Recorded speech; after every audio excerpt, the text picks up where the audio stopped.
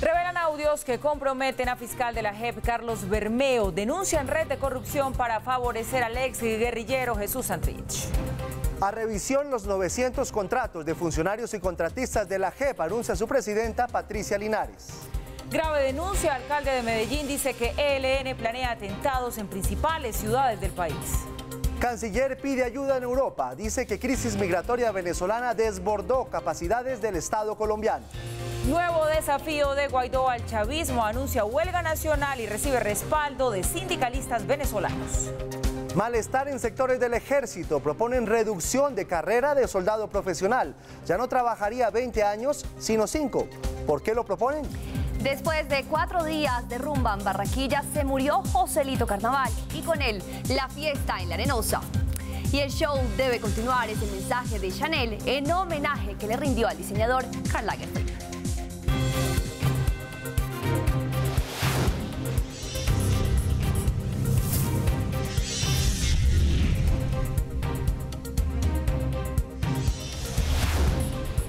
Aquí comienza Red Más Noticias.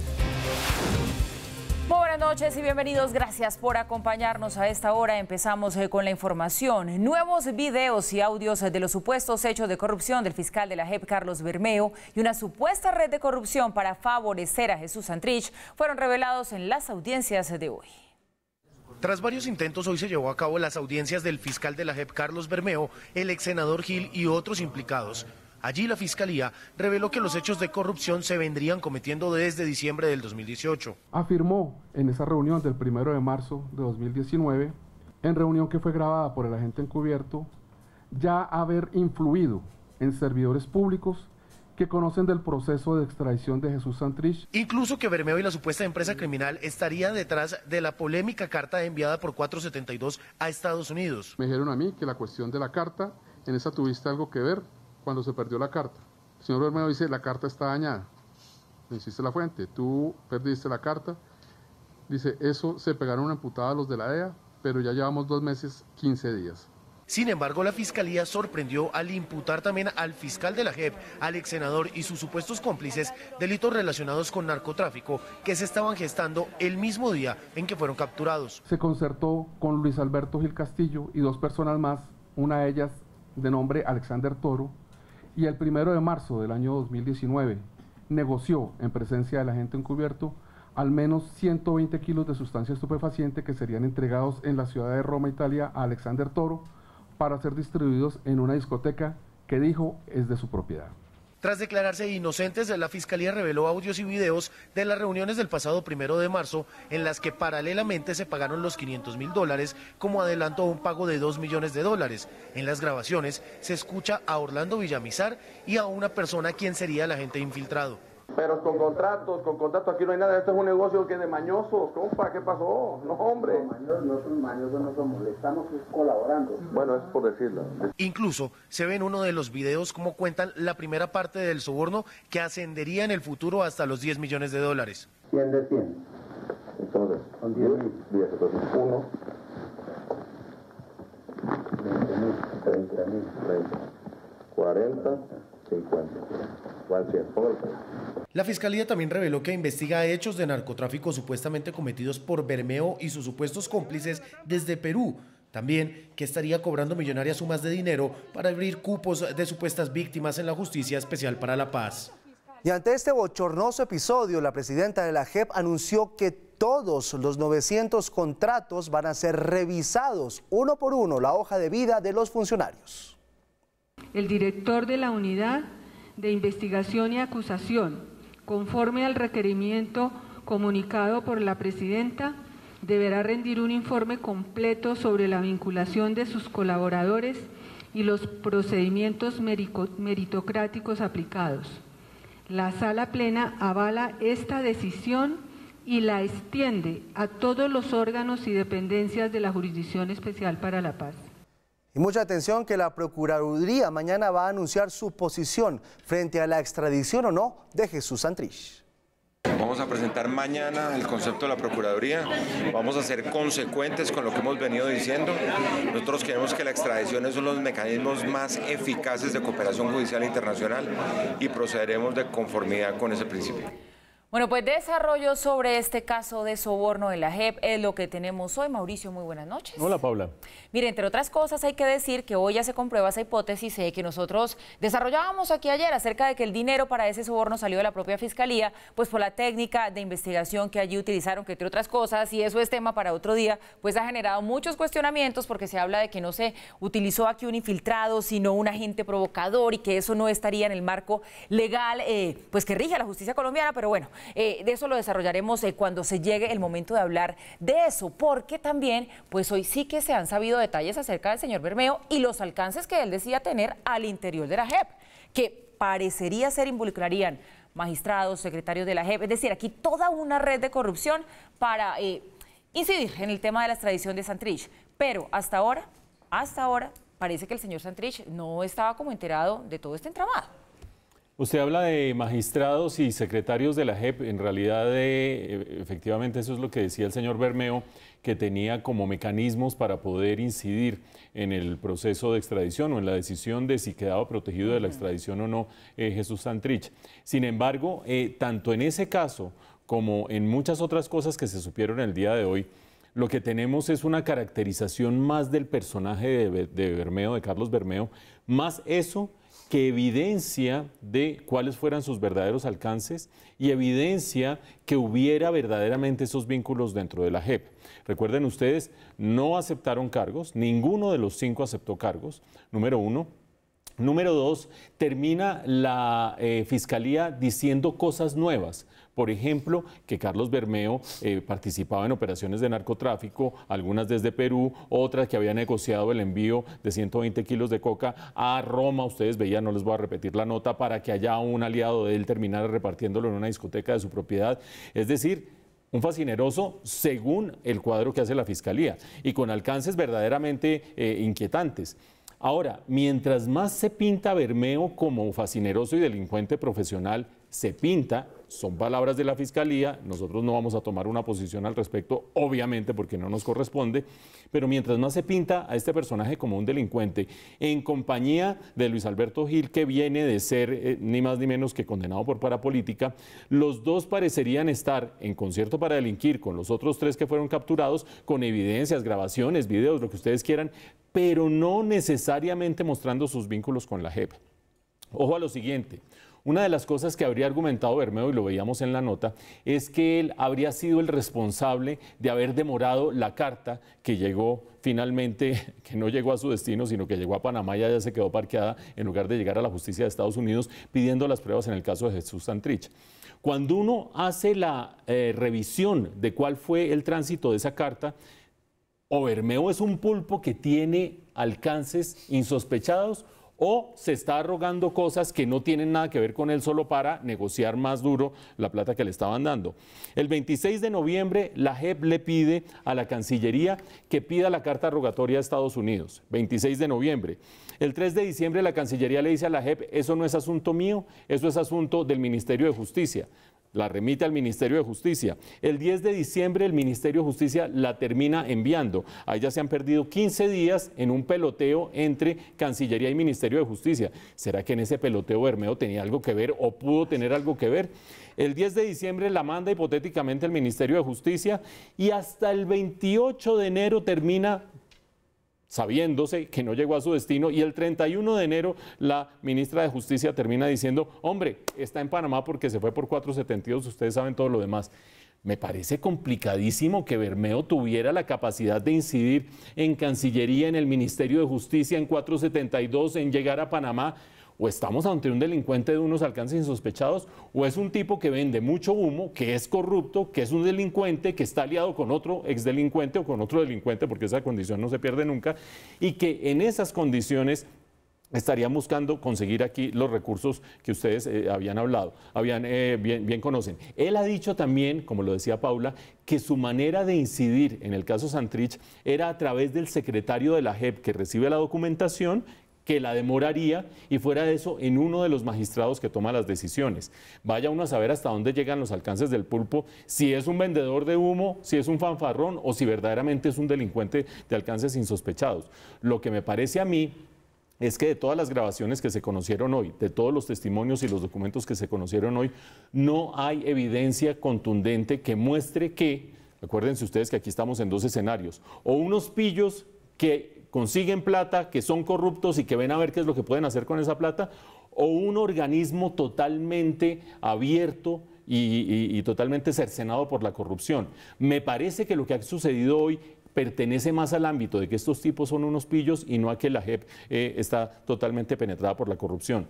No obstante lo anterior, excelente la decisión de la doctora Linares de revisar todas las hojas de vida de los miembros de la JEP. Y se lo digo ya para terminar por un datico que nos revela hoy La Silla Vacía. La Silla Vacía hizo un análisis muy interesante de los 38 fiscales, acuérdense que estamos hablando de una unidad de la Fiscalía donde estaba Bermeo, y magistrados por otro lado, que son los que deciden el caso de Santrich, otros casos que evalúan lo que termina siendo los fiscales, pero esos fiscales son 38. Cuando La Silla Vacía revisa la hoja de vida de esos 38, hay más de 10 que no tienen, más de 10 que tienen gran recomendación política y vínculos políticos. Este lo recomendó fulano mengano, y de esos 8 de 38 nunca han tenido nada que ver con acciones en su pasado de tipo fiscalía, tipo investigación, es decir, puestos ahí por puro interés político. Creo que además de evaluar esos casos, toda esta revisión de hojas de vida de la JEP le va a servir para blindarse, o por lo menos para que la opinión pública sepa qué tan penetrada está por la politiquería, por la corrupción, por los pillos, por los vivos y por los avivatos. Pero eso es una revisión de hojas de vida en caso de actos de corrupción, no de competencias. Sí, pero de paso le sirve al país para darse cuenta que hacen 8 de 38 fiscales que nunca en su vida han obrado como fiscales y han tenido experiencia como fiscales. Me parece que el encargado de esa unidad debería no solamente decir voy a limpiar de esto de corrupción, sino que debería decir, hombre, yo como que voy a sacar a los que aquí argumentan haber tenido una experiencia y verdaderamente no la tienen. Dicho de otra manera, radiografía completa de la JEP. Le conviene al país y le conviene muchísimo a la JEP. A su credibilidad. Así es. Dato final, Paula y Mauricio. Luis Alberto Gil acaba de salir de la Clínica Colombia y va para los calabozos del antiguo DAS. Bueno. Sí, señor. Bien, en otra noticia, la Asociación Colombiana de Ciudades Capitales afirmó que el ELN busca fortalecerse a través de acciones armadas en varias ciudades del país. En Medellín, el alcalde Federico Gutiérrez confirmó nexos de estructuras criminales en el Valle de Aburrá con el ELN.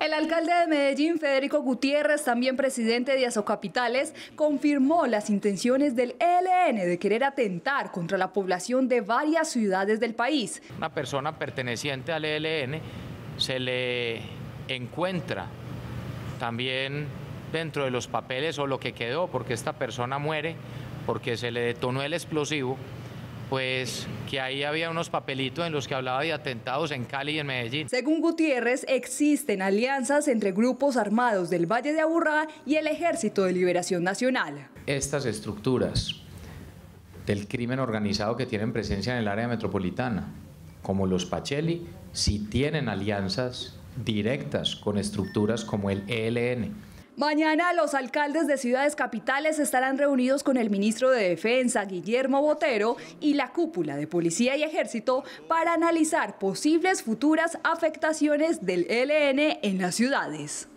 Y a propósito del ELN, esta mañana le preguntaron a Pablo Beltrán, quien fuera jefe negociador de ese grupo terrorista, por qué había atacado la Escuela de Cadetes General Santander. Esto fue lo que dijo. La policía en Colombia, usted viera las veces que nos ha bombardeado, las veces que ha hecho falsos positivos. No le ha sacado hasta los ojos a los estudiantes con esas granadas. O sea, no eran las monjas de la caridad. O sea, usted está justificando que porque no son monjas de la caridad los estudiantes podían ser víctimas de un atentado. Pues en Colombia no hay la policía que baja los gatos de los árboles como por allá en Europa, o que solamente coloca partes de tránsito. Bueno, pasamos esa página de la JEP, Giovanni, mire. No hay que bajen los gatos porque hay terroristas como los del ELN. Eso le quería decir, pasamos la página de la JEP y nos encontramos con un ELN en las mismas de siempre, intimidando, amenazando, insistiendo en justificar lo injustificable en lo que tiene que ver con ese atentado a la Escuela de Cadetes, donde murieron jóvenes estudiantes, eran jóvenes estudiantes y nada más que eso. Y a eso es a lo que ellos le llaman voluntad de paz. Y sinvergüenza. Y mire, y si a eso uno le suma pues la denuncia que hace la Asociación Colombiana de Ciudades Capitales acerca de acciones armadas en todo el país, pues esto es muy asustador porque ya sabemos de lo que son capaces de hacer y de remordimiento nada, porque es que eso es evidente en las palabras del señor Beltrán. Pero ojo que hay dos cosas que yo creo que vale la pena destacar. Una de ellas, por más que nos indignen las declaraciones del señor Beltrán, de Pablo Beltrán, hay que tener presente que Pablo Beltrán y alias Gavino son el área blanda del ELN. Son los que buscan la negociación, son los que creen en una posibilidad de conciliación con la sociedad, así sea una negociación infinita, imposible, mientras que alias Pablito y Antonio García son los más guerreristas. Es decir, lo que ustedes acaban de oír es el ala blanda del ELN, para que se imaginen lo que significa lo que estaba anunciando el alcalde de Medellín. Y ojo que Paula dice, volvieron a las mismas. No son las mismas, han cambiado un par de cosas que vale la pena tener presentes. La primera cosa que ha cambiado es que no estamos a finales del año pasado, cuando había unos negociadores del ELN en La Habana y que no tenían orden de captura.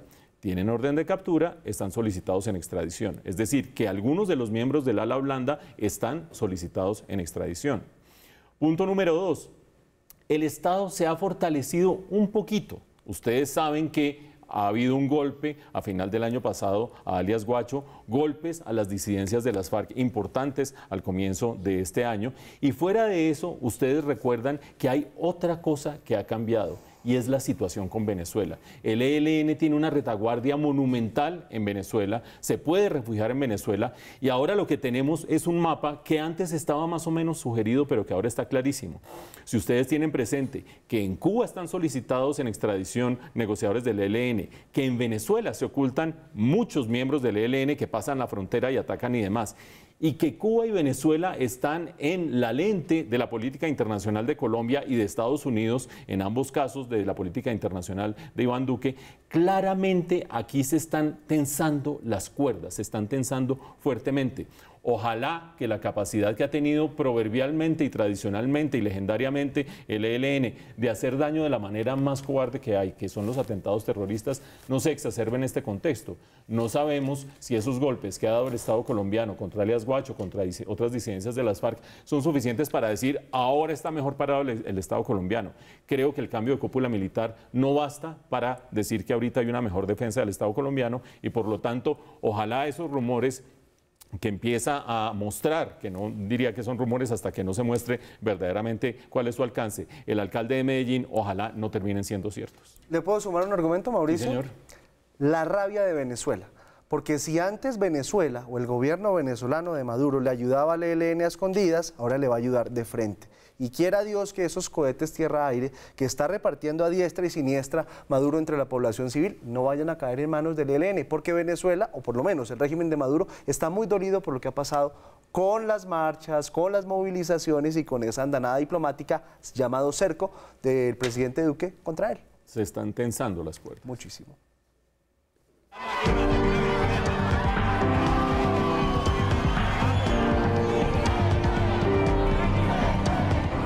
Bueno, y a propósito de Venezuela, el presidente interino Juan Guaidó se reunió con líderes sindicales y anunció una huelga escalonada en el sector público. Guaidó también reveló que la Asamblea Nacional prepara una ley de garantías para todos los empleados públicos del país. El líder opositor, quien logró ingresar a Venezuela el 4 de marzo después de adelantar una gira por varios países de Latinoamérica y a pesar de las amenazas de detención por parte de la dictadura chavista, anunció que prepara una gira por Europa para seguir aumentando la presión contra Nicolás Maduro.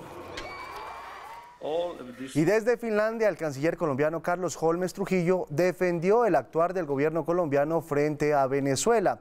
Hizo un llamado muy importante a la comunidad internacional y es que se necesitan recursos para poder atender toda la ola de migrantes que han llegado del vecino país a Colombia, lo cual ya desbordó las capacidades del Estado colombiano para poderlos atender.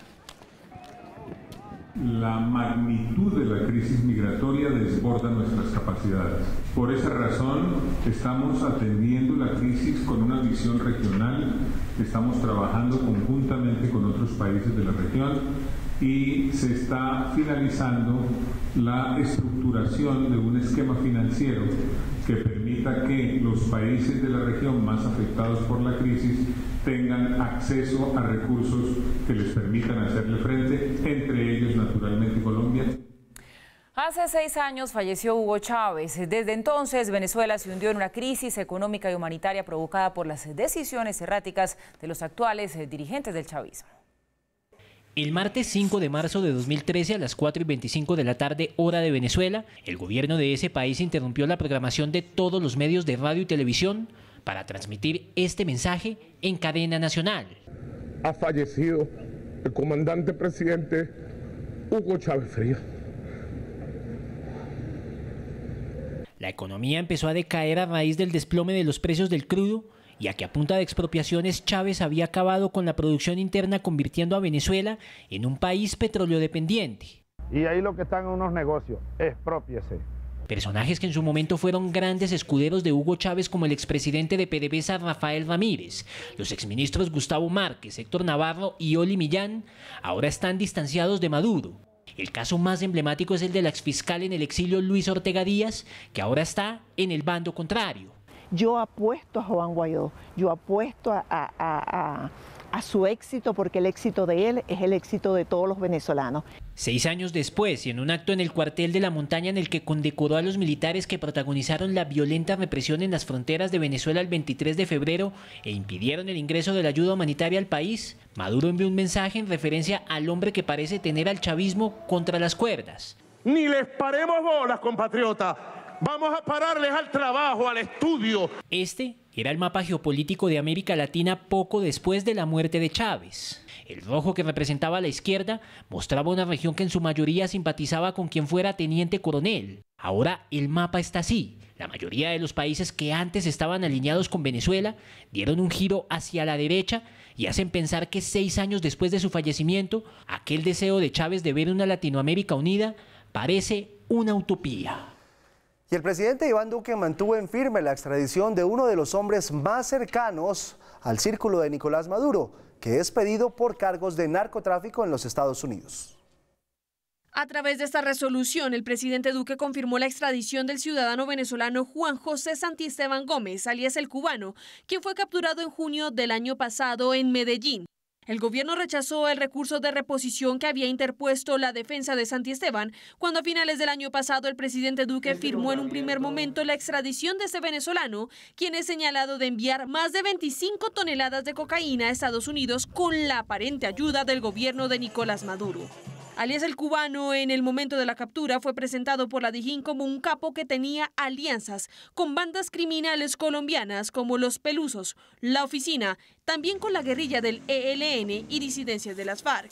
Pero ahí no terminaba el tráfico de drogas, pues la cocaína era trasladada hasta Venezuela, donde aparentemente con el auspicio de Maduro y su círculo cercano, partía en narcoaviones hacia Centroamérica para terminar en manos de carteles mexicanos como Jalisco Nueva Generación. Una vez los aviones de la DEA lleguen a Colombia para cumplir con el proceso de extradición de este capo, se espera que la justicia norteamericana ahonde en los nexos que este narcotraficante tendría incluso con funcionarios de Maduro como el ministro de Defensa venezolano Vladimir Padrino López. Esto bajo la figura de la colaboración con la justicia. Cada día se conocen detalles del articulado del Plan Nacional de Desarrollo, que tiene 1.600 páginas. En las últimas horas, desde el Senado hay sectores que alertan porque se podrían perder recursos de quienes no alcanzaron la edad de pensión. Angélica Lozano, senadora de Alianza Verde, señala que en el artículo 117 del proyecto del Plan Nacional de Desarrollo se podrían hacer modificaciones al sistema pensional del país, lo que afectaría a los colombianos que sus ingresos no les permitieron alcanzar a una pensión.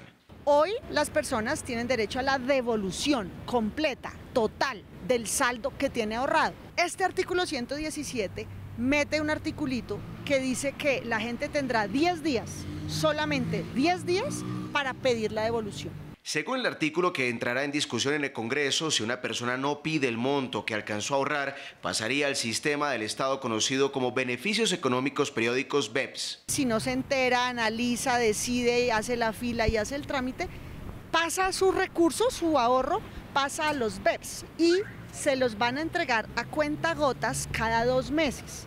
El plan de desarrollo no es la ocasión para hacer una reforma pensional por debajo de la mesa ni por la puerta de atrás. El gobierno desmintió que se trate de expropiar esos recursos ahorrados para la pensión. De ninguna manera. Si usted escoge que le devuelvan lo que ha ahorrado, es enteramente suyo sin ningún inconveniente. Si usted por el contrario quiere recibir un aporte mensual por el resto de su vida, también tiene la potestad de decidirlo y ese aporte se calcula con base en lo que usted ahorró más un 20% de subsidio que le otorga el gobierno. Según el viceministro de Empleo, no se está reformando el régimen pensional. Lo más importante es darle la protección a la gente y darle a las personas la oportunidad de acceder a una protección para el resto de su vida. Los 10 días se pueden discutir, pueden ser 15, pueden ser 20, no sé, puede ser un plazo que se considere adecuado para la persona. Actualmente hay cerca de 20 millones de afiliados al sistema pensional, pero tan solo 8 millones están cotizando de manera consistente, por lo que el gobierno socializará y radicará este año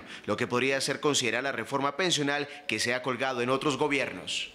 Polémica al interior de las fuerzas militares. El ejército estaría estudiando una reducción en la carrera de soldado profesional, que ya no sería de 20 años, sino solo de 5 años. ¿Por qué quieren hacer esto? El ejército colombiano estaría planeando modificar su régimen y estatuto del personal de soldados profesionales para reducir su carrera de 20 a 5 años. Con esta medida, el Ejército Nacional buscaría evitar que estos uniformados se pensionen y así cerrarle la puerta al excesivo gasto de personal del Ministerio de Defensa.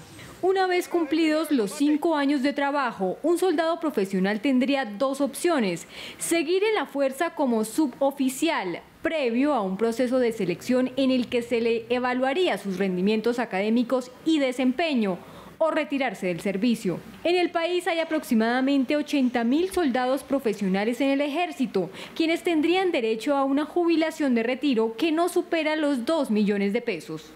El aumento de cultivos ilícitos en Colombia sigue preocupando a las Naciones Unidas. Según el más reciente informe, nuestro país sigue siendo el mayor productor de coca del mundo.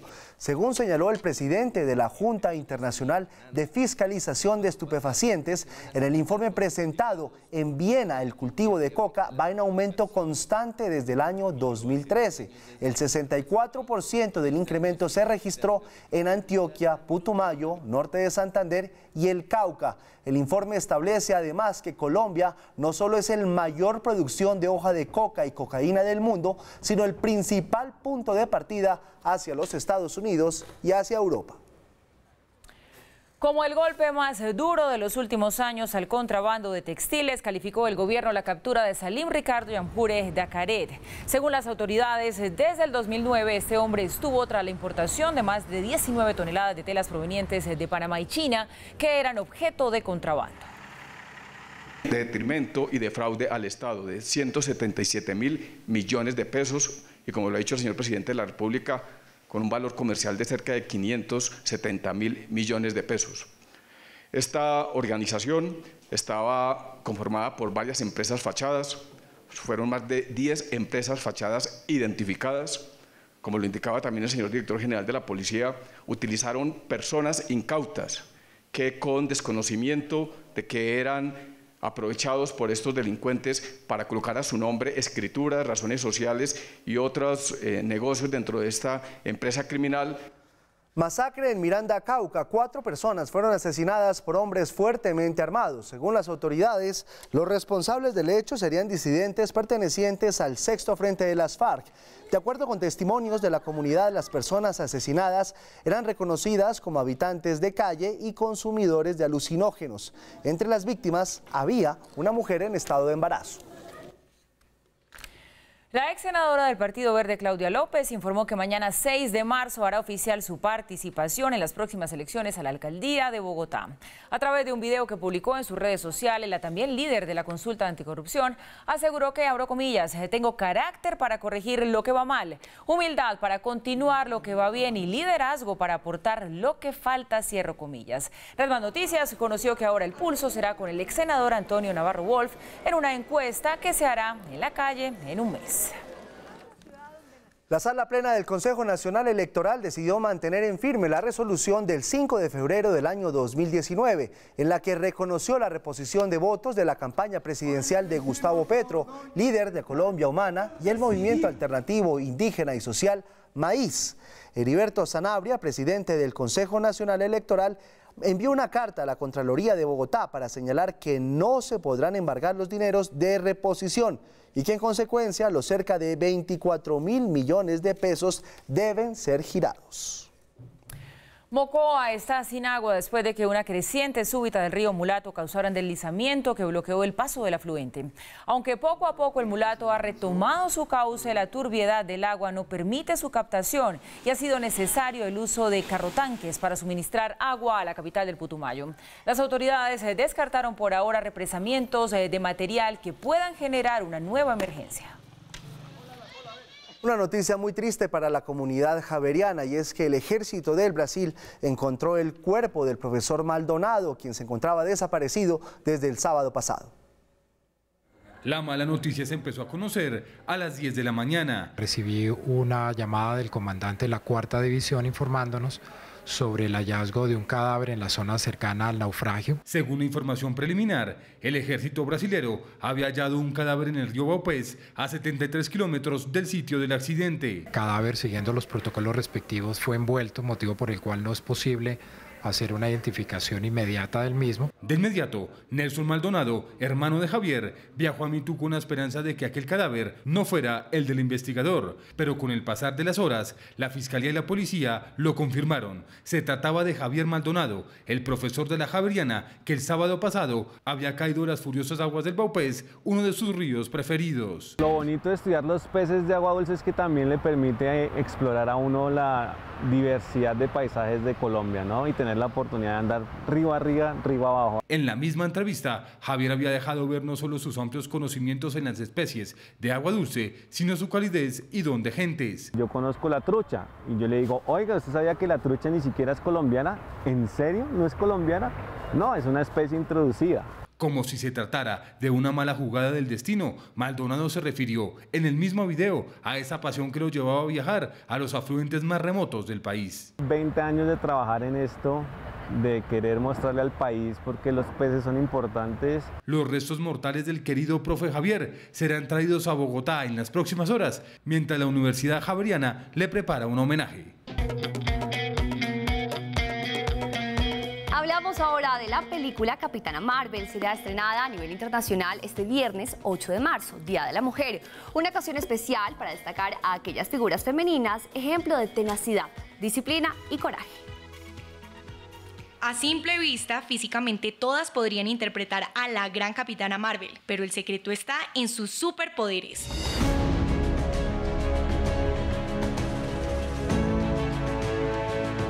Nuestro superpoder es la disciplina, la constancia, de pronto el querer estar acá. Entonces es muy bonito que la gente se dé cuenta y que te agradezca, oye, gracias por tu labor, gracias por estar ahí. Las hay en todas las disciplinas, como en el fútbol. La colombiana Natalia Gaitán aparece en la publicidad que anuncia el lanzamiento de la película en España. Son tripulantes de la Fuerza Aérea, algunas hacen de médico, otras de copiloto y son el único batallón representante de esta entidad. Y para Colombia, 3 tripulantes de la Fuerza Aérea son las representantes de las mujeres heroínas. Uno siente que está haciendo nomás su trabajo, su día a día, lo hace de la mejor manera, pero es una labor muy significativa para la población colombiana. Es algo que motiva a muchas mujeres a salir adelante, a conseguir sus sueños. No son capitanas Marvel, pero sí sinónimo de fuerza, inteligencia y determinación. Otro motivo para sentirnos orgullosas y celebrar este 8 de marzo, el Día Internacional de la Mujer.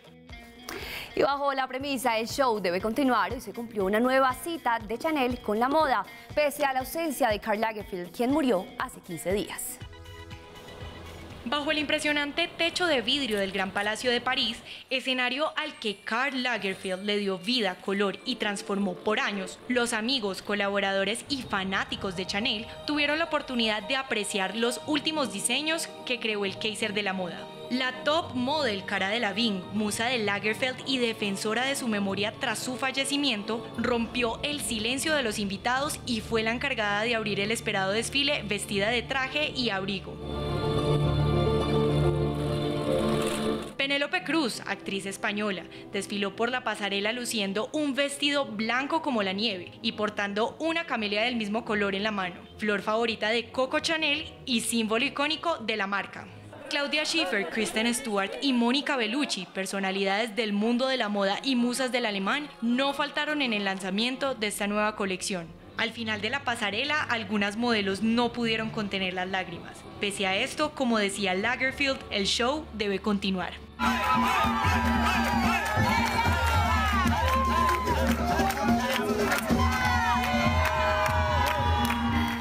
Y en La Arenosa finalizó el Carnaval 2019. La muerte de Joselito fue el evento que cerró la fiesta más importante del Caribe colombiano. Saludamos a esta hora a Disney Bonilla para que nos cuente cómo se sienten los barranquilleros con esta pérdida. Disney, buenas noches. Es una mezcla de sentimientos. Está la tristeza porque el Carnaval de Barranquilla terminó, pero también la alegría de estos 4 días y la promesa de que el próximo Carnaval será mucho mejor.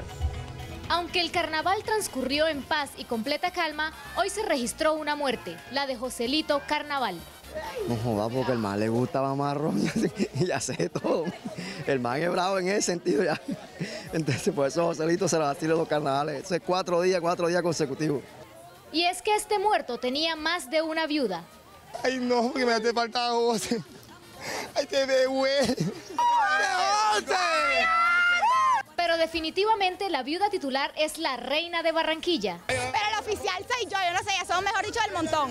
Así entierran a Joselito, pero está viva la fe, porque al tercer día resucita para planificar cómo se le escapa a todas esas viudas y así volver a gozar en el Carnaval de Barranquilla 2020. Pero no solo la alegría y el disfrute son los únicos recuerdos que se llevan los visitantes de esta gran fiesta. Entre monocucos y marimondas, flores y camisetas, los turistas que quieran llevarse un recuerdo del carnaval pueden pasar por la galería de la calle 72. ¿Qué es lo que más se vende? Disfraz, camisas, Carnaval de Barranquilla. Yo vengo acá a comprar siempre souvenirs o cosas para enviarles a mis familiares en Bogotá. Hacer parte de esta fiesta es una tradición que se lleva en la sangre y compromete a los visitantes con volver. Esto es lo mejor, vivir en esta ciudad, porque esta ciudad es Barranquilla y por eso aquí en Barranquilla me quedo. Pero si el regalo prefiere llevárselo en el paladar, en cada calle puede disfrutar de la gastronomía currambera. Y así termina esta gran fiesta, donde Barranquilla le abrió las puertas a todos los visitantes del mundo entero que vinieron a vivir y a gozar. Disney, pues muchísimas gracias. Y miren, Paola, que también estuvo por allá, nos trajo nuestro dulcecito muy barranquillero. Y muy light. Lo cual significa que se acordó de nosotros. Muchas gracias. En medio de tanta parra. No, y que lo mejor para pasarlo. ¿O 4 le había dado? No. Déjala ahí, Paola. Nada más que agregar. Llegamos así al final de esta emisión. Mañana desde las 6 de la mañana toda la información y las noticias con Darío Arismendi, Juan Lozano y todo el equipo periodístico que hace parte de esta alianza informativa de Caracol Radio y Red Más Noticias. Paola, por favor, sígale dando duro aquí al joven. Nos vemos mañana. Buenas noches.